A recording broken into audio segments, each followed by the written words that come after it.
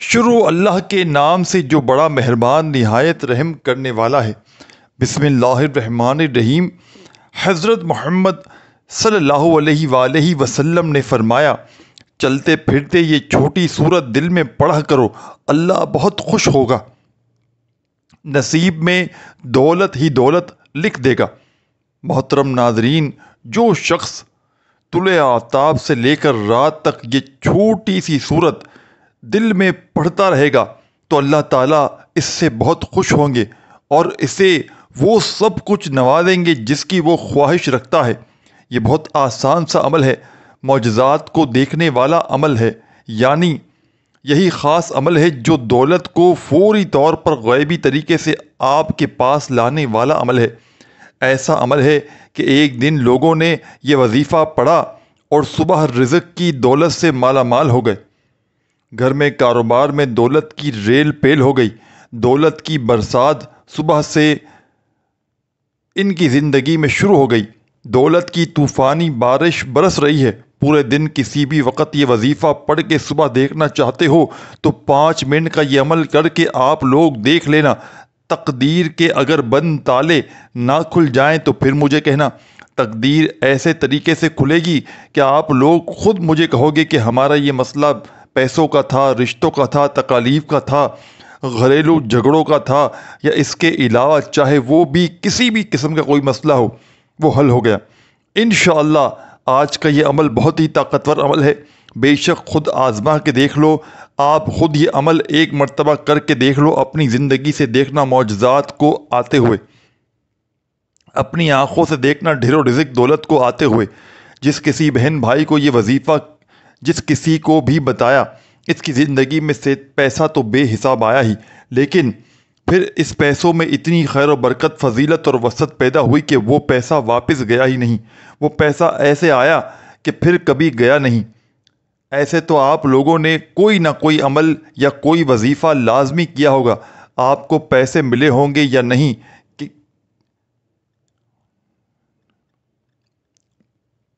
کہ نہیں ملے ہوں گے، آپ نے محنت اور کامل یقین سے کیا ہوگا تو آپ کو لازمی پیسے ملے ہوں گے، لیکن پھر کچھ وقت کے بعد، جیسے ہفتے یا مہینے بعد یا 2 مہینے بعد ختم ہو گئے ہوں گے۔ تو یہ وہ وظیفہ ہے کہ پیسہ اگر ایک مرتبہ آپ کے پاس آ جائے گا تو پھر جانے کا نام ہی نہیں لے گا۔ اس پیسے میں انشاءاللہ خوب برکت اور عافیت ہوگی، پیسوں کو آپ سے محبت ہو جائے گی، یہ سمجھ لیں پیسہ آپ پر عاشق و مہربان ہو جائے گا۔ دولت کا اور پیسوں کا یہ بادشاہ عمل ہے، یہ بادشاہ وظیفہ ہے۔ اپنی زندگی میں جو بہن بھائی کہتے ہیں کہ ہمیں ڈھیروں پیسہ چاہیے، غیبی مال و دولت چاہیے، فوری ڈھیروں رزق چاہیے، وہ کہتے ہیں کہ اگر تو ہم صبح کو یہ وظیفہ پڑھیں تو پھر شام کو رزق مل جائے، رات کو پڑھیں تو صبح سے پہلے ہی مل جائے۔ تو یہ وظیفہ آج ان تمام بہن بھائیوں کے لیے ہے جو ہمیشہ ایک شکایت کرتے ہیں کہ ہماری مالی پریشانی ختم نہیں ہو رہی، مالی مشکلات ختم ہونے کا نام ہی نہیں لے رہی۔ شوہر ہے وہ دیہاڑی لگاتا ہے، دیہاڑی بھی کبھی لگتی ہے تو کبھی نہیں لگتی، اگر جس دن لگ جائے تو 4 پیسے لے آتا ہے، وہ اتنے ہوتے ہیں کہ ایک وقت کا کھانا ہے تو دوسرے وقت بھوکے سوتے ہیں۔ تنگ دستی ہے، فاقے ہیں، غربت ہے، لاچاری ہے۔ جو ویڈیوز دیکھتے ہیں اتنی پریشانیوں میں ہیں، آپ سب لوگ میرے ساتھ سچے دل سے آمین ضرور کہیے گا۔ آپ لوگوں کے لیے دعا مانگ رہا ہوں، آپ لوگوں کی تنگ دستیوں اور مشکلات کے لیے، کیونکہ یہ آمین کئی لوگ ایک ساتھ جب آمین کہتے ہیں نا میرے بھائیوں میری بہنوں، تو کسی ایک کے سچے دل سے نکلی ہوئی آمین میں آپ کا کام ہو جاتا ہے۔ تو سب مل کر آمین ضرور کہیے گا۔ میں ایک چھوٹی سی دعا کروں گا تمام لوگوں کے لیے، خاص طور پر جو ویڈیو دیکھ رہے ہیں۔ اے اللہ، اے میرے پیارے اللہ پاک، جو بہن بھائی تنگ دست ہیں اور غریبی مفلسی میں جی رہے ہیں، ان کے پاس پیسے کی کمی ہے، رزق کی کمی ہے، مال و دولت کی کمی ہے، اولاد کی کمی ہے، یا اولاد تو ہے لیکن نافرما بردار ہے نہیں، یعنی کہ وہ فرما بردار نہیں ہے۔ میرے مولا غیب سے ان کو ڈھیر و رزق عطا کر دے، ان کو دولت عطا کر دے، ان کے پاس اتنا پیسہ آ جائے کہ جو میرے بہن بھائی اس وقت ویڈیو میں شامل ہیں، ویڈیو دیکھ رہے ہیں، دولت اتنی آ جائے کہ خود محلے بھر میں غریبوں اور مستحق لوگوں میں بانٹ بانٹ کر تھک جائیں اور پھر بھی سمجھ نہ آئے کہ مزید مستحق افراد کہاں سے دیکھیں، لیکن دولت پھر بھی ختم نہ ہو۔ اے میرے اللہ پاک، جو میرے بہن بھائی پریشان حال ہیں، اے میرے مولا پاک تو ان کی بھی مدد کر دے، تمام دنیا کے مسلمانوں کی مدد کر دے، آمین۔ اے اللہ، ہم نے جو کچھ بھی مانگا ہے وہ سب کچھ ہمیں اپنے فضل و کرم سے عطا کر دے، اور جو نہیں بھی مانگ سکے وہ بھی ہمیں عطا کر دے، آمین۔ میرے بھائیوں، آمین لازمی کہیے گا۔ جو آپ کو ابھی بتانے لگا ہوں ناظرین، یہ وظیفہ آپ نے اللہ تعالیٰ پر پورا یقین اور اپنے اللہ سے امید رکھتے ہوئے کرنا ہے۔ کسی بھی صورت آپ کو مایوسی نہیں ہوگی، کیونکہ اچھے اور برے خیالات، اچھے اور برے حالات ہمیشہ کے لیے نہیں ہوتے، اس لیے آپ نے نا امیدی کا شکار نہیں ہونا، کیونکہ زندگی بھی عجیب ہے۔ کبھی کبھی یہ اتنی خوبصورت لگتی ہے کہ جی چاہتا ہے کہ ہمارا ناطہ ہمیشہ کے لیے زندگی سے جڑا رہے، کبھی بھی یہ ناطہ نہ ٹوٹے، اور کبھی جب زندگی ہماری امیدیں اور توقعات پوری کرنے میں ناکام رہتی ہے تو دل کرتا ہے کہ یہ زندگی جلد ختم ہو جائے، مگر یہ حقیقت ہے کہ دکھ اور درد میں وقت طویل سے طویل تر ہوتا جاتا ہے۔ اسی طویل سفر سے انسان ہار کر مایوسی کا شکار ہو جاتا ہے۔ انسان خود بھی سمجھ نہیں پاتا کہ آخر اس ساری صورتحال سے کیسے نمٹا جا سکے۔ انسان کی فطرت ایسی ہے کہ اسے زندگی میں سب کچھ اپنے مطابق چاہیے، سب اس کی مرضی اور منشا کے مطابق نہیں ہوتا، کیونکہ نا امید اور مایوس ہو جاتا ہے، ساتھ ہی اسے احساس ستاتا ہے کہ اب اسے مزید نہیں جینا چاہیے۔ انسان بنیادی طور پر جلد باز واقع ہوا ہے، اسے اگر کچھ حاصل کرنا ہو تو وہ اس کے لیے تنگ و دو کرتا ہے، دعائیں مانگتا ہے، محنت کرتا ہے، مگر جب اس کی منشا کے مطابق اس کو پھل نہیں ملتا تو وہ تھک جاتا ہے، اور اسی تھکن میں وہ مایوسی کے اندھیرے میں اپنا وجود، اپنی امید اور اپنا یقین کھو بیٹھتا ہے۔ اسے زندگی بے رنگ لگنا شروع ہو جاتی ہے، دوسرے الفاظ میں اس کی زندگی میں دلچسپی ختم ہو جاتی ہے۔ مگر یاد رکھیے کہ کچھ بھی ہمیشہ کے لیے نہیں ہوتا۔ وقت کی یہ خوبصورتی ہے کہ یہ کبھی بھی ایک جیسا نہیں رہتا، مشکل ہو تو آسانی بھی مل جاتی ہے، حالات چاہے جتنے بھی کٹھن ہو، مشکلات کے بادل جتنے بھی کالے کیوں نہ ہو، آسانی کی صبح کا سورج ضرور طلوع ہوتا ہے، نہ دکھ سدا رہتا ہے اور نہ سکھ۔ ایسے ہی ناکامی اور کامیابی بھی ہمیشہ کے لیے نہیں رہتی۔ اس لیے سب سے اہم بات یہ ہے کہ انسان کو کبھی بھی مایوس نہیں ہونا چاہیے، بلکہ مشکلات کے آنے پر مایوسی کے اندھیروں میں بھی امید اور یقین کا چراغ جلاتے رہنا چاہیے، کیونکہ اگر انسان مایوسی کے اندھیروں میں امید کا چراغ جلاتا ہے تو اس کی روشنی انسان کے وجود کو منور کر دیتی ہے۔ اس روشنی سے انسان باطنی اور ظاہری طریقے سے مزید مضبوط ہو جاتا ہے۔ وہ سمجھ جاتا ہے کہ یہ ناکامیاں اور مشکل وقت سب عارضی ہے۔ وہ اس حقیقت سے آشنا ہو جاتا ہے کہ یہ زوال، یہ مشکلات سب انسان کی ہمت کو جانچنے کے لیے قدرت نے پیمانے بنائے ہوئے ہیں، کیونکہ یہ بھی حقیقت ہے کہ انسان اپنی فتح اور کامیابی سے اتنا مضبوط نہیں ہوتا جتنا وہ اپنے زوال اور ناکامی سے مضبوط ہوتا ہے۔ حقیقت میں مشکل اور نامساعد حالات میں انسان کو اپنی خود کی پہچان ہوتی ہے، اور اسی عمل میں اسے اپنے وجود کا ادراک ہوتا ہے۔ انسان اپنی چھپی ہوئی خوبیوں کو جانچنے کے لیے مزید مضبوط ہوتا جاتا ہے، اسے اپنے سے وابستہ رشتوں کی پہچان بھی ہوتی جاتی ہے۔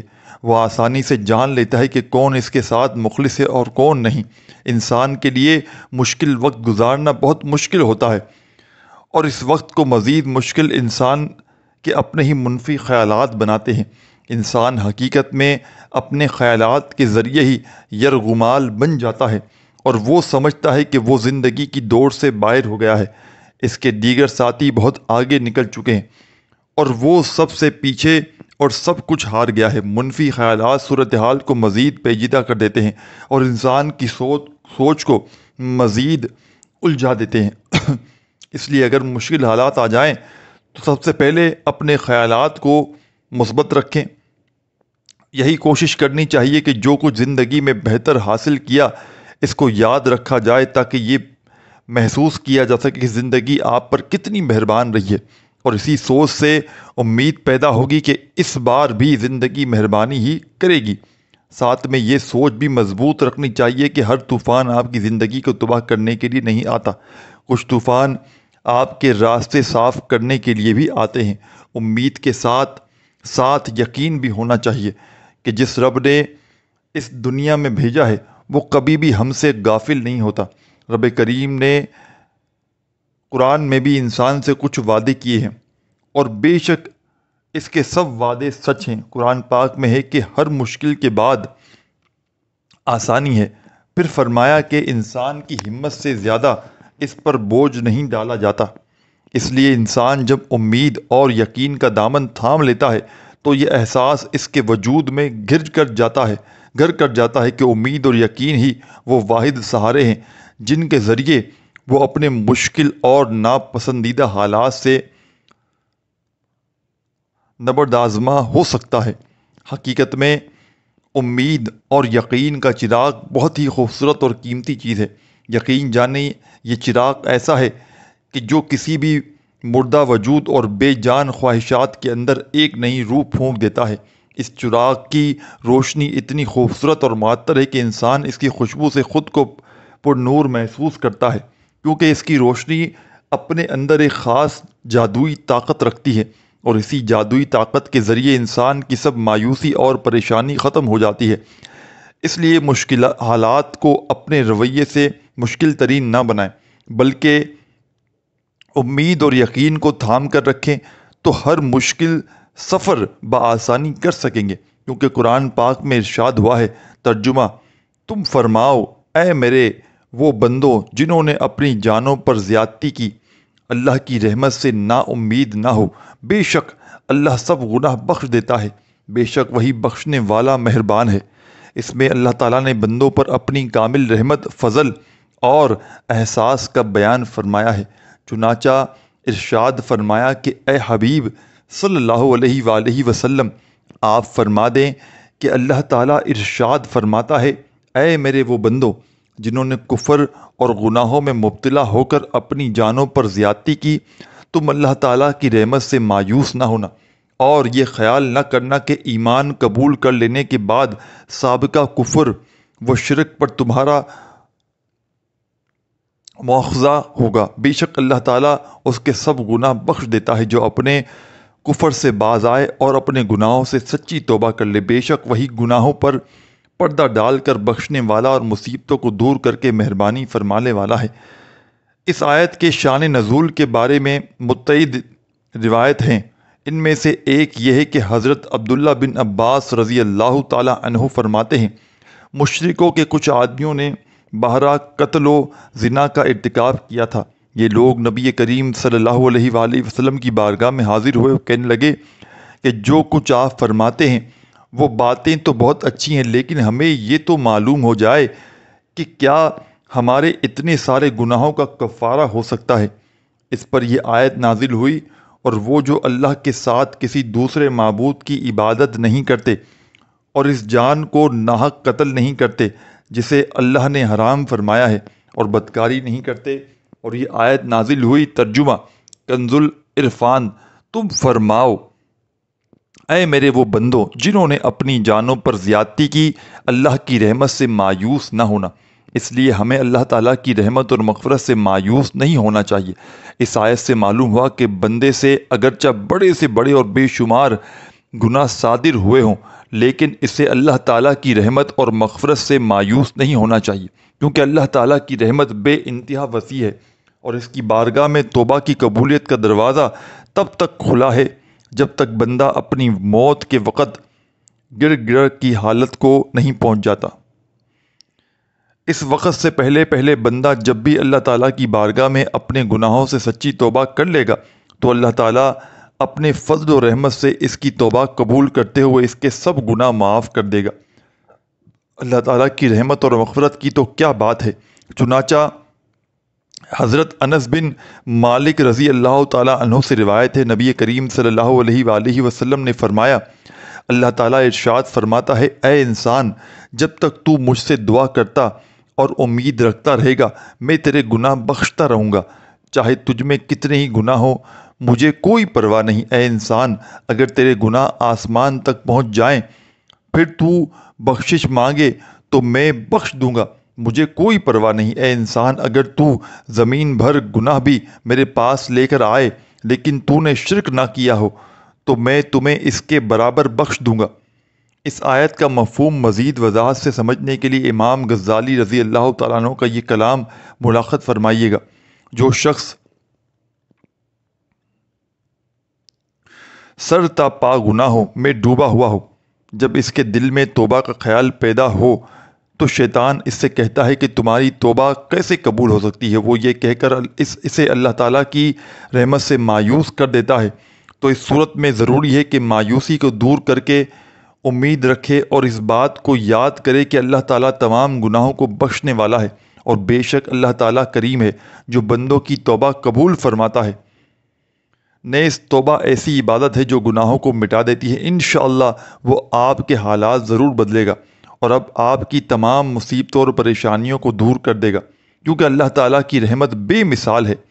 حضرت عبداللہ بن عباس سے روایت ہے کہ رسول اللہ صلی اللہ علیہ وآلہ وسلم نے فرمایا، اللہ تعالیٰ اپنے فرشتوں کو نیکیاں اور برائیاں لکھنے کا حکم دیا، اس طرح کہ جو شخص نیکی کا ارادہ کرے اور اس پر عمل نہ کر سکے تو اللہ تعالیٰ اسے ایک پوری نیکی شمار کر لیتا ہے، اور جو شخص نیکی کا ارادہ کر کے اس پر عمل کرے اس کے حساب میں ایک نیکی کے بدلے 10 نیکیاں بلکہ 700 نیکیاں اور اس سے بھی زیادہ لکھی جاتی ہیں، اور جو شخص برائی کا ارادہ کرے اور برائی کو عمل میں نہ لا سکے اللہ کے خوف سے یا کسی اور وجہ سے، تو خداوند تعالیٰ اپنے ہاں اس کے حساب میں ایک پوری نیکی لکھ دیتا ہے، اور جو شخص برائی کا ارادہ کر کے اسے عمل میں بھی لائے تو صرف ایک برائی اس کے نامہ اعمال میں لکھی جاتی ہے۔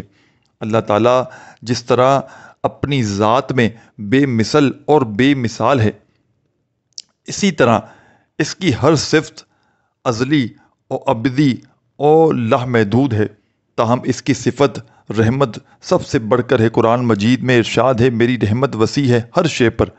سورۃ الاعراف حاملین عرش مومنین کے حق میں اللہ کے حضور بخشش کی دعا کرتے وقت کہتے ہیں، اے پروردگار، تیری رحمت ہر چیز پر پھیلی ہوئی ہے، بس تو بخش دے ان لوگوں کو جو توبہ کریں۔ اللہ تعالیٰ اپنے بندوں پر مہربان ہے، وہ اپنے بندوں کی خطائیں معاف کرنا چاہتا ہے اور نیک کاموں پر زیادہ سے زیادہ ثواب دیتا ہے۔ ارشاد باری تعالیٰ ہے، جو کوئی ایک نیکی لاتا ہے اس لیے 10 گنا اجر ہے اس کے لیے، اور جو کوئی ایک برائی لاتا ہے تو اسے بس اس کی جزا ملے گی اور لوگوں پر ظلم نہیں کیا جائے گا۔ الانعام سورہ الانعام۔ اللہ تعالیٰ اپنے بندوں پر بے حد مہربان ہے، بس اس کی رحمت کا دروازہ کھٹکھٹانے کی ضرورت ہے۔ ایک حدیث میں ہے کہ اللہ تعالیٰ کے پاس 100 رحمتیں ہیں، اور ان میں سے ایک رحمت اس نے جن، انسان، چوپائیوں اور زہریلے جانوروں میں بھیجی ہے۔ اس رحمت کے سبب سے وہ واپس آپس میں پیار، محبت اور مہربانی کرتے ہیں، جبکہ 99 رحمتوں کو اللہ تعالیٰ نے قیامت کے لیے اٹھا رکھا ہے کہ وہ ان سے اس دن اپنے بندوں پر رحم کرے گا۔ بخاری مسلم ایک روایت میں ہے کہ ایک شخص جس نے کبھی کوئی نیک کام نہیں کیا تھا، موت کے وقت اپنے گھر والوں سے کہا کہ جب میں مر جاؤں تو مجھے جلا دینا، پھر آدمی راکھ جنگل میں اڑا دینا اور آدھی دریا میں بہا دینا۔ خدا کی قسم اگر اللہ نے مجھ پر قابو پا لیا تو وہ مجھے ایسا عذاب دے گا کہ جیسے دنیا میں پہلے کسی کو نہ دیا ہوا۔ جب وہ بندہ مر گیا تو اس کی بیٹوں نے اس کی وصیتوں کے مطابق عمل کیا۔ اللہ تعالیٰ نے دریا کو حکم دیا اور اس کے اندر کی راکھ جمع کی، پھر جنگل کو حکم دیا اور اس کے اندر کی راکھ جمع کی۔ پھر اللہ تعالیٰ نے اس سے پوچھا، تو نے ایسا کیوں کیا؟ اس نے عرض کی، پروردگار تیرے خوف سے، اور تو یہ بات خوب جانتا ہے۔ اس پر اللہ نے اسے بخش دیا، اگرچہ اس شخص کی وصیت غلط تھی، مگر اللہ تعالیٰ نے اس خوف کی وجہ سے اسے بخش دیا جو اسے قیامت کے دن اللہ کے سامنے کھڑا کرنے پر تو ناظرین، آپ نے اپنے رب پر توکل کرتے ہوئے یہ عمل کرنا ہے۔ آج ایک ایسا عمل کرنا ہے، ایسا وظیفہ کرنا ہے جس سے گھر کے اندر رزق کی فراوانی ہوتی ہے۔ اتنا رزق ملے گا، نصیب بدل جائے گا۔ اور یہ آزمودہ وظیفہ آج بتانے لگا ہوں۔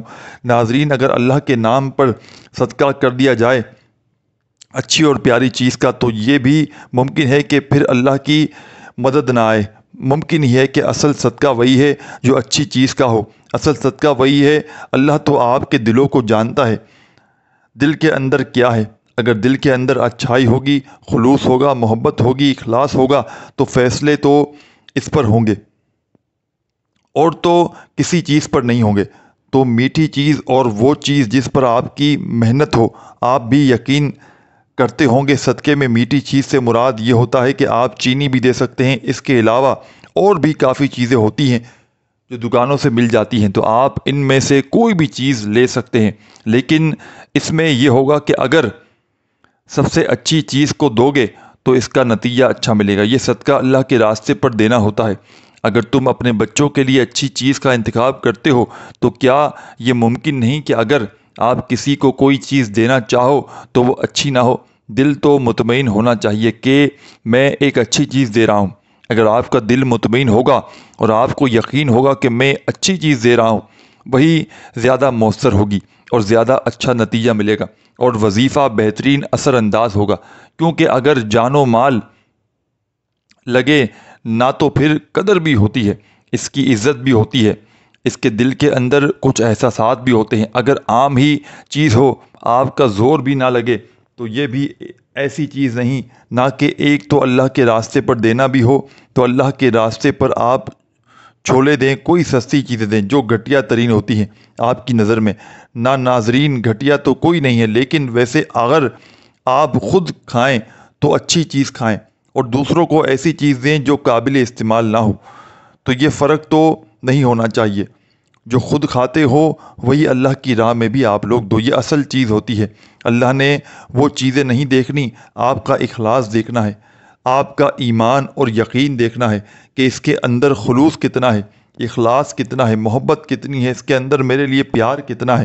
تو ان چیزوں کو محلوظ و خاطر رکھ کے عمل کیا کرو۔ ناظرین، وقت کی نزاکت کو مد نظر رکھتے ہوئے وظیفے کی جانب چلتے ہیں۔ کوئی بھی وظیفہ شروع کرنے سے پہلے درود پاک لازمی پڑھ لیا کریں، کیونکہ درود پاک پڑھنے کی بہت سی فضیلتیں اور برکات ہیں۔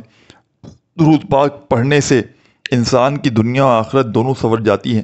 تو سب سے پہلے 11 مرتبہ درود پاک پڑھنا ہے۔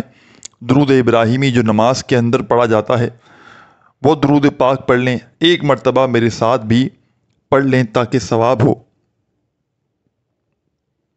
اللہم صلی علی محمد وعلی آل محمد کما صلیت علی ابراہیم وعلی آل ابراہیم انک حمید مجید۔ اللہم بارک علی محمد وعلی آل محمد کما بارکت علی ابراہیم وعلی آل ابراہیم انک حمید مجید۔ یہ درود پاک پڑھنے کے بعد آپ نے دعائے یونس سورۃ الانبیاء آیت نمبر 87 ہے، لا الہ الا انت سبحانک انی کنت من الظالمین، اس کو آپ نے 33 مرتبہ پڑھنے کے بعد اللہ کے دو نام یا غنیو یا مغنیو، اس کی ایک تسبیح آپ نے پڑھنی ہے 100 دانوں والی، اور دونوں ناموں کو ملا کر پڑھنا ہے۔ اس کے بعد 7 مرتبہ سورہ کوثر پڑھنی ہے، انا اعطیناک الکوثر فصل لربک وانحر ان شانئک هو الابتر۔ اور آخر میں پھر 11 مرتبہ درود پاک پڑھ کر دعا مانگ لینی ہے، اور کوشش کریں کہ چلتے پھرتے جب بھی آپ کو وقت ملے سورہ کوثر کا ورد کرتے رہا کریں۔ تو یہ عمل آپ نے کرنا ہے، دیکھنا کیسے اللہ تعالیٰ آپ کے نصیبوں کو کھول دے گا، آپ کے رزق کے بند دروازوں کو کھول دے گا۔ آپ کو اللہ پاک وہاں سے رزق عطا کرے گا جہاں سے آپ تصور بھی نہیں کر سکتے۔ قرآن کا فیصلہ ہے، اللہ پاک پھر جب رزق دینے پر آتا ہے نہ تو وہاں سے رزق ملتا ہے جہاں آپ گمان بھی نہیں کر سکتے، یہ قرآن کہتا ہے، جہاں سے آپ گمان بھی نہیں کر سکتے۔ تو اس لیے اللہ ایک طاقت کا نام ہے، پوری کائنات کا خالق ہے، مالک ہے اور رازق ہے۔ اللہ وہ ہے جس نے ہم سب کو بنایا۔ یہ طاقت ہے میرے اللہ کی کہ آدم علیہ السلام سے لے کر کتنی کائنات کو بنایا، 18,000 مخلوقات ہیں اس کائنات میں، اور ساری مخلوقات میں سے سب سے افضل، سب سے اعلیٰ انسان ہے۔ شان رتبے کے لحاظ سے، عزت کے لحاظ سے اس کی قدر و قیمت ہے، اور اللہ کو سب سے زیادہ پیار اپنے اس بندے سے ہے۔ تو آپ کو بھی پیار ہونا چاہیے، آپ کو بھی محبت ہونی چاہیے، آپ کو بھی اپنے اللہ سے عشق ہونا چاہیے۔ دنیا میں ایک دوسرے سے لوگ کرتے ہیں، یہ جھوٹا پیار ہے، اصل وہ ہے جس سے منزل ملتی ہے۔ اللہ رب العزت ہم سب کو عمل کی توفیق عطا فرمائے، آمین۔ ناظرین، گزارش ہے کہ اللہ تعالیٰ کے 99 ناموں میں سے کوئی ایک نام کومنٹ میں لکھ کر ضرور شیئر کریں۔ اللہ ہم سب کا حامی و ناصر ہو، آمین ثم آمین۔